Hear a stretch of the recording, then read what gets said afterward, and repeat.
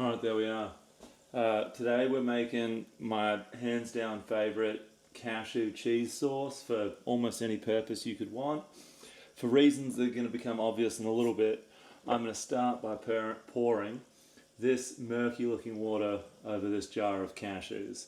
And I'm going to talk a little bit more about that as the video goes on. It will become obvious. But we're starting with just pouring that over that. Alright, the baby woke up, so we're doing the rest of this video like this. Let me think. I'd poured my cashews into a jar. I think I'd probably apologised for not standing near enough the microphone. But if I hadn't, I'm going to apologise right now. Because I figured the baby would be up, I've got my microphone right here on the fridge. So maybe you can hear me better without a bunch of babies squawking. I saw an ad recently on YouTube that featured, and I'm not shitting you, just a dude whispering into a microphone about his cortisol levels, and the entire video he just whispered about having high cortisol, and that was it.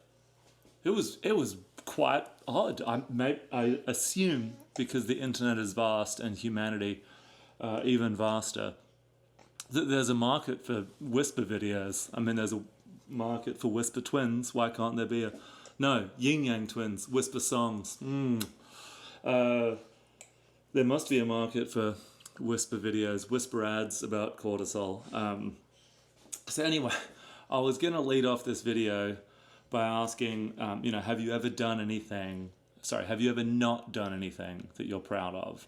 And I had a couple of anecdotes. The first sort of, relevant point to my cooking and everything is I am vegan in part because of my sister. I'm pretty proud of not eating animals. That's something I'm proud of. And I'm vegan because I was vegetarian, and I'm vegetarian in large part because of my sister. I think she watches these videos. Hey Yaz, thank you. When I was about 16, she went vegetarian. And I told her, big whoop, I don't think it was that hard. And she said, if it's so easy, you should do it. So I initially became vegetarian to prove her wrong, which, surprise, surprise, didn't stick. It only lasted a couple of months. But in the course of not eating meat and thinking more about it, I started to read more books about vegetarianism and what have you. And I stopped... After a while, I had this sort of epiphany one day, a couple of months after I had started eating meat again, when I was making roast chicken for a family dinner. I guess I was about 16, I was cooking this roast chicken, and I was holding a whole chicken, it had been plucked and cleaned, bought from the store, but I was holding it and salting it. And with a whole chicken, you can really see where its wings were and where its legs were, and I was holding it, and you can tell that it was an animal. You can tell with a lot of meat, it's just pink stuff or whatever, but when it's a whole chicken or whatever, you can really tell what it used to be. And it gave me this pretty sickening feeling that got a lot worse when I ate it later that day. And the next day I woke up and said, I can't do that anymore. So I since then I've been vegetarian for real, and it took quite a while because cheeses can be pretty hard to quit. But I managed to quit eating cheese after a bunch of tries, and I've been vegan for about 10 years now. Oh, good. Hey, you had a good mood. You woke up happy. So I had another anecdote. My first take of this video, I told it, but it's a story that prominently features herpes. And I just kept telling the story about herpes and saying herpes, and I realized it's probably not... the video that it's not the video that you want to be telling, not the story that you want to be telling. I don't know. No one. Maybe if I whispered about herpes, I think even then people wouldn't like it. Anyway, no herpes stories. I won't even say herpes once more. Herpes. So I'm vegetarian because of my sister, vegan because of my sister, and then I have, second, I'll skip the herpes. Oh, I said herpes again. I'll skip that story and go straight to my next story that I plan to tell, more relevant to cooking. which is I made this, Frito pie the other day. Yeah, you reckon? I made this Frito pie video. Burp. In which, one, my wife commented, for most of it, you couldn't see what I was cooking. So I tried to move the camera a little bit. I'm hoping you can see this here. Two, Yaz, my sister Yasmin, made fun of my vegan cheese, which is, this Violife stuff here. And even though I said on camera, I'm sure I said it, that vegan cheese, asthma, vegan cheese doesn't melt that well, she still had a crack at me for my vegan cheese not melting that well. What's that about? You tell someone it's going to not look good and they tell you it doesn't look good. It's mean. It's mean, yes. That's the Violife cheese that I used last time. And I said in the comments that you can actually get it to melt a lot better if you cover it with foil, which is what I'm doing this time when I'm making mac and cheese. And my mac and cheese is, one, hotly requested in my house by my kids, two, super easy to make, and three, a good way to introduce one of my favorite things to make, which is a cashew cheese sauce. So, thus becomes obvious the reason that cashews and this Manky water are in a jar together. We use cashews a lot for the unfortunate... Yeah, you're going to mess up my audio, love. We use cashews a lot for the unfortunately named nut milk that we make in our house. You can come up with some different name for it. Almond, cashew, and coconut milk. Coconut, almond, and cashew milk, I suppose, to avoid the same problem. But get you some unroasted, unsalted cashews. One, they're great to snack on. Two, they're pretty healthy, high in fat. I think they've got a good amount of protein and stuff. You can make cashew milk with them. But you can make a really delicious creamy sauce that's good for a ton of different stuff. I made a mushroom pasta the other day using blended cashews. You can add, if you soak cashews, which I'm doing here, I'll explain.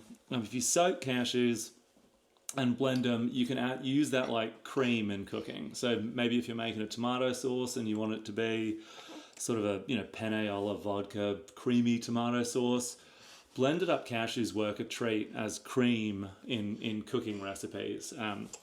For this mac and cheese recipe, I love it as well. One of the things I do whenever I'm making a noodle cheesy sauce is I use the water I cooked the pasta in to soak the cashews. I think, the water's already got a bit of salt in it. It's got a bit of flavor from the noodles.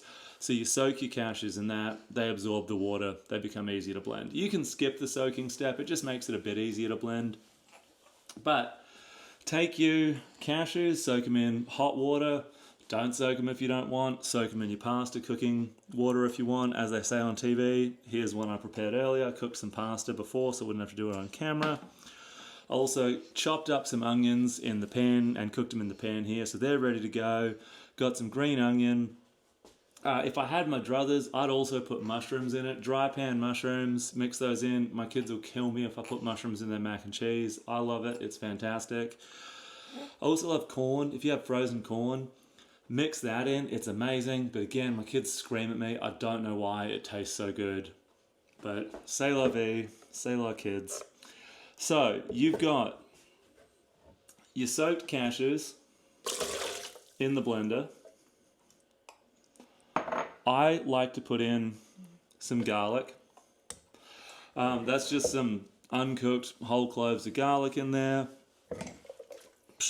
I'm going to put a little more water in there just to make sure it stays loose enough.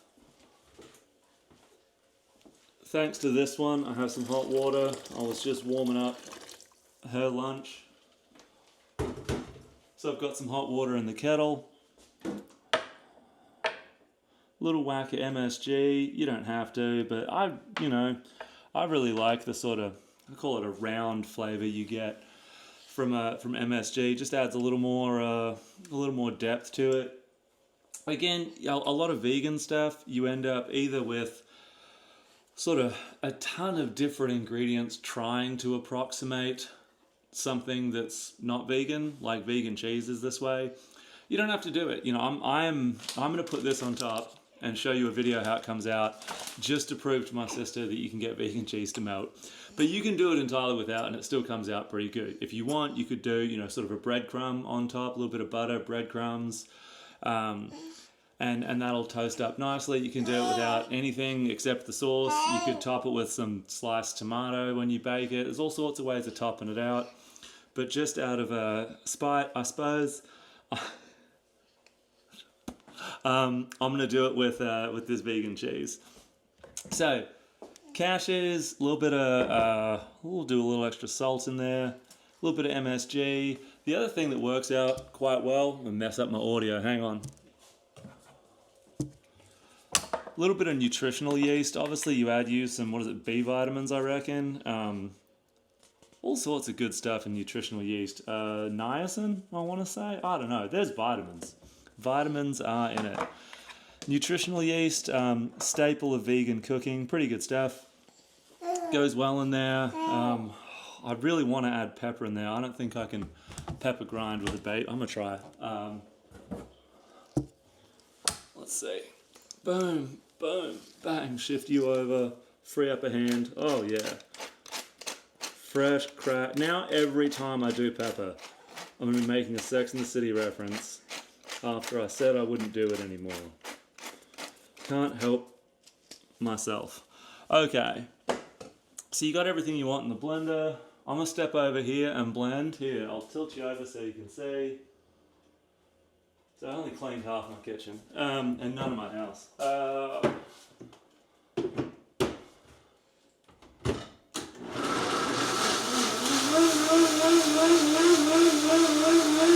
Now while that's blending, I can whisper about cortisol levels and herpes.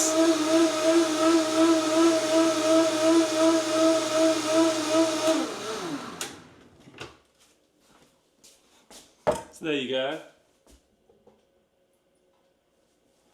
So that's all blended up. Wow. Shabam.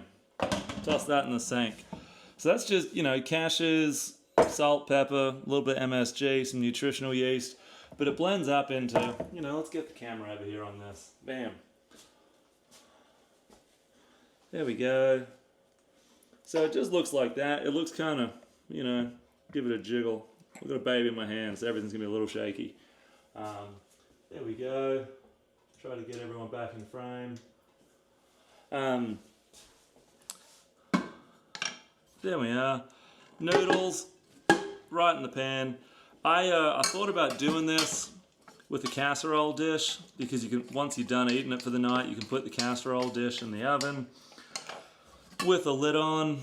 But oh man, again, I apologize to everyone's ears. Yeah, you reckon? Yeah, I'll eat that one. Ow, delicious. You can do it in a casserole dish. I already had the cast iron with onion in it that I'd cooked, so I figure why have to wash another dish. I'm lazy. I've got green onion for a little green. I'm pretty sure my kids will yell at me about the green onion, but I think it'll taste good, and I had a bunch of green onion in the fridge, so I'm using it. Again, you know, one of the nice things about what my kids call fancy mac and cheese is you can put almost anything in it. You could, if you wanted, when you're making your cashew sauce, you put a chipotle pepper in there. You can leave the seeds in for it spicy. You can take the seeds out if you want, but a whole chipotle pepper in there. When you whiz it up, it'll have that smoky chipotle flavor. Yeah. That smoky chipotle flavor. And then in addition to onions, you could put in some chopped up poblano peppers, serrano peppers. You could put mushrooms in there. You could put a little, truffle oil, whatever it is, in your cashews when you do them up. Hey, it's pretty good stuff, eh? You can pick almost anything you want. I've previously done a creamy sauce like this with a little bit of pumpkin in it, which is quite good. Pick what you want. Anything you mix in, you bake it in the oven, it'll come out tasting pretty good. So I had green onions. If I had my choice, it'd have more veggies in it. A little bit of asparagus does a right treat. Can I Go one-handed on. Can I go one here? You know what? I can. There we go. We got knees for a reason, I suppose. So you got everything in the pan there. You got your noodles, green onions. I got my sautéed onions in there too. Give that a stir. Bam. Cashew sauce straight on top. There we go. Whack that in the sink. Give it a mix. And I like to usually add a bit more fat in there. Obviously cashew's pretty high in fat. It's one of the reasons they're so tasty and good for you. But I've got Miyoko's vegan butter that I use a lot. I think it's pretty good. Put some of that in there. You can do it in the sauce as well. Oh man, this is where you're going to start to make it tricky. Let's try.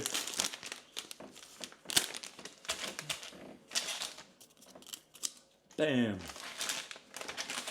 Bam. Oh. Ooh, there we go. Sprinkle that no, are we going? Well, maybe, you can half hold it. You half hold it, I'll half hold it. You're about to cry, aren't you? I can see. Are you going to cry? Are you going to smile? Sprinkle that cheese. Sprinkle that cheese on top. There we go. Now, here's the trick to get this stuff to melt. When you bake it, you're going to put foil on top. I'm going to whack a little more butter on. I mean, you just can't lose with butter, right? Oh. There we go. Do I have a clean rag?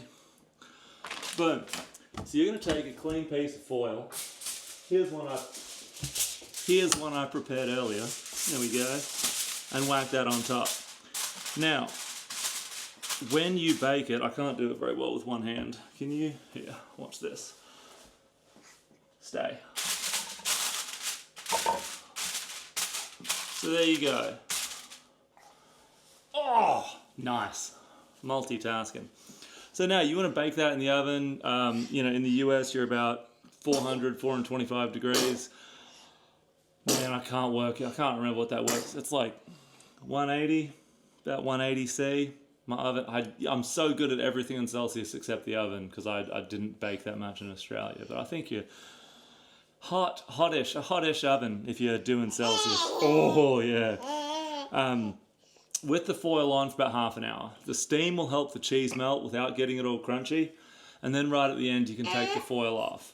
I did also recently make pizza, which I didn't make a video of the whole thing, but as I'm talking now, I'll have a little picture pop up. For that, I use the Miyoko's liquid mozzarella. If you're making pizza, I've got a pretty killer system for vegan, gluten-free pizza these days. Pretty easy crust that you can make somewhat ahead of time using gluten-free flour blend and cornmeal. Not too much else. Sauce is pretty easy. Canned tomatoes you cook down. And then you do the Miyoko's liquid mozzarella in a pretty hot oven and then top it and bake it a little more. And it comes out fantastic.